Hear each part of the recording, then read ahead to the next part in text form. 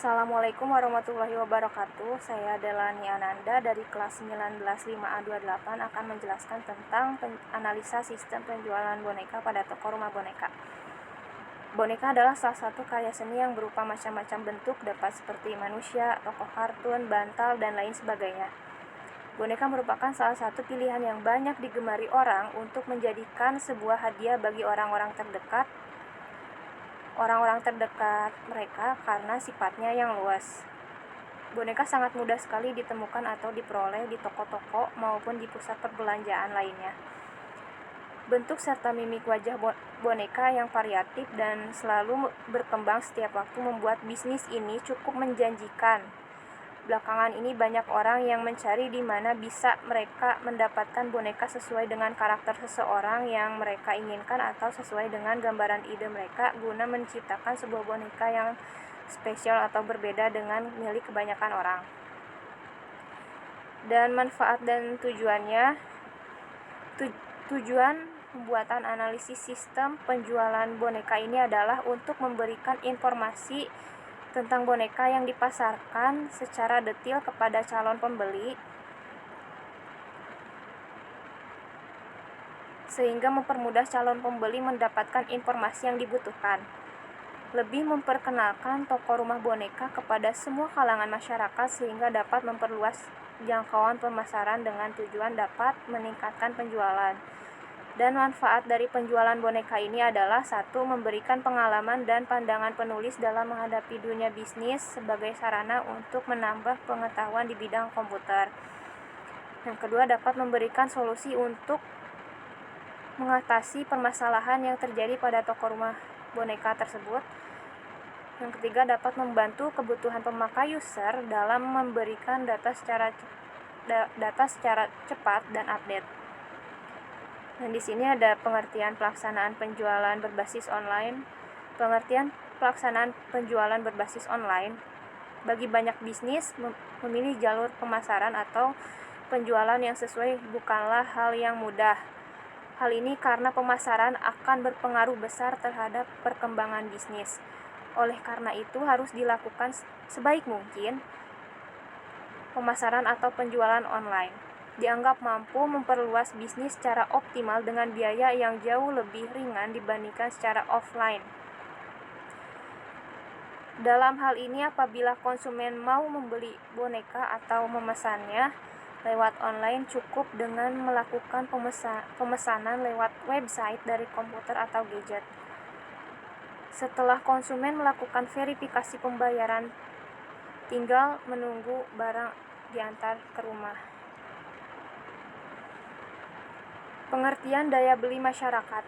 Yang dimaksud dengan daya beli masyarakat adalah kemampuan atau tidaknya masyarakat untuk membayar dalam memperoleh barang yang dibutuhkan atau diinginkan. Sehubungan dengan penjualan boneka secara online berbasis web, tentu sudah dipelajari tentang daya beli masyarakat suatu daerah. Karena harga boneka yang akan dijual di suatu daerah tidak akan sama dengan daerah lainnya mengingat daya beli masyarakat tersebut berbeda. Dan sejarah singkat toko rumah boneka. Toko rumah boneka didirikan pada tahun 2019 dengan jumlah pekerja hanya 3 orang, berlokasi di Jalan Cisaat, Sukabumi, dengan peralatan yang sederhana. Bahan baku pembuatan boneka terdiri dari kapas dan kain serta benang dengan sistem penjualan secara manual atau pembeli datang ke toko. Setelah berjalan 1 tahun, lalu ditingkatkanlah sistem penjualan atau pemasaran dengan memakai komputer berbasis web dengan jaringan internet hingga bisa melakukan penjualan secara online. Pemesan tidak harus datang ke toko, melainkan cukup membuka website yang sudah disiapkan desain boneka tentang jenis, ukuran, dan model boneka yang akan dipesan. Hal ini dilakukan karena dalam kurun 1 tahun, permintaan dari konsumen semakin meningkat seiring dengan peningkatan biaya produksi, terutama bahan baku dan tenaga kerja sekarang sudah berjumlah 7 orang. Selain itu, desain boneka disesuaikan dengan selera anak-anak yang sedang diminati, misalnya boneka Elmo, boneka Frozen, dan lain-lain. Dan di sini terdapat struktur organisasinya dan cara pembagian pekerja adalah yang pertama, pemilik toko bertanggung jawab terhadap semua bagian pekerja serta memberikan perintah kerja yang jelas dan memberikan kesejahteraan kepada pekerja serta mempertahankan kelangsungan hidup perusahaan.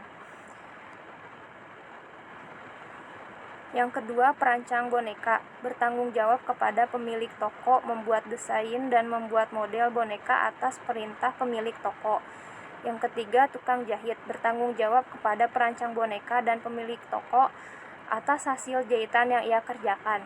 Yang keempat, pengumpul bahan baku bertanggung jawab kepada perancang boneka atas bahan-bahan yang dibutuhkan serta kepada pemilik toko atas pembelian serta pemilihan kualitas bahan baku.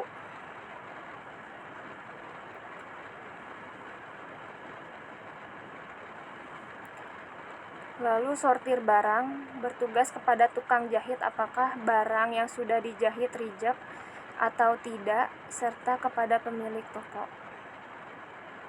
Lalu ada bagian antar barang bertugas kepada bagian sortir barang apakah barang yang akan dikirim sudah disortir atau belum serta bertanggung jawab kepada toko bahwa barang sudah dikirim ke tempat tujuan. Dan di sini terdapat activity diagram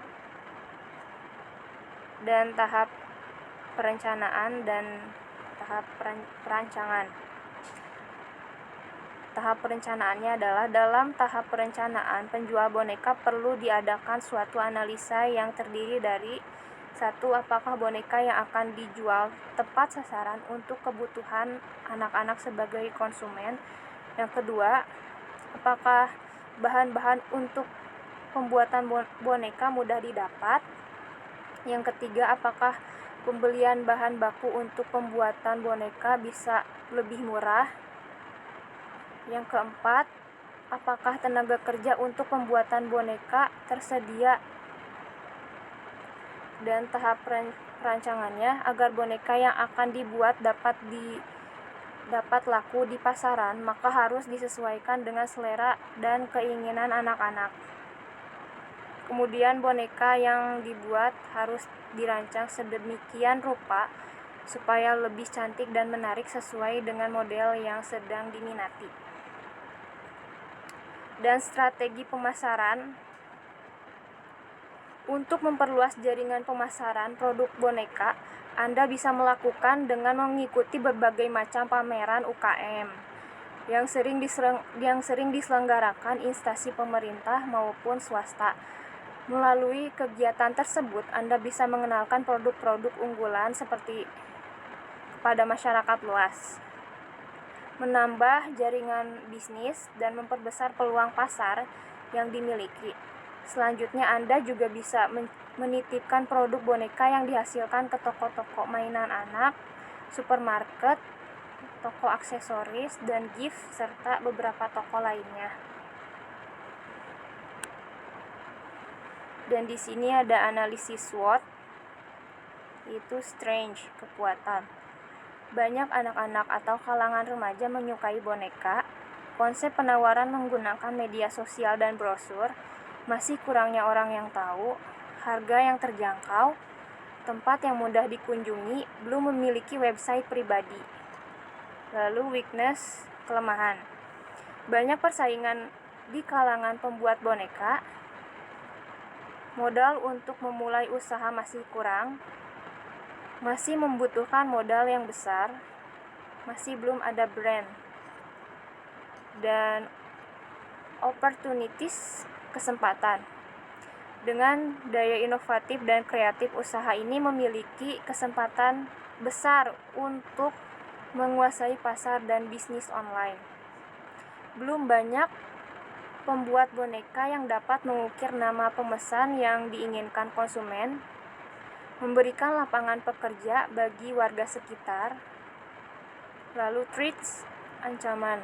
Alat yang digunakan masih belum memadai, harga bahan baku yang meningkat, otomatis harga boneka juga semakin mahal.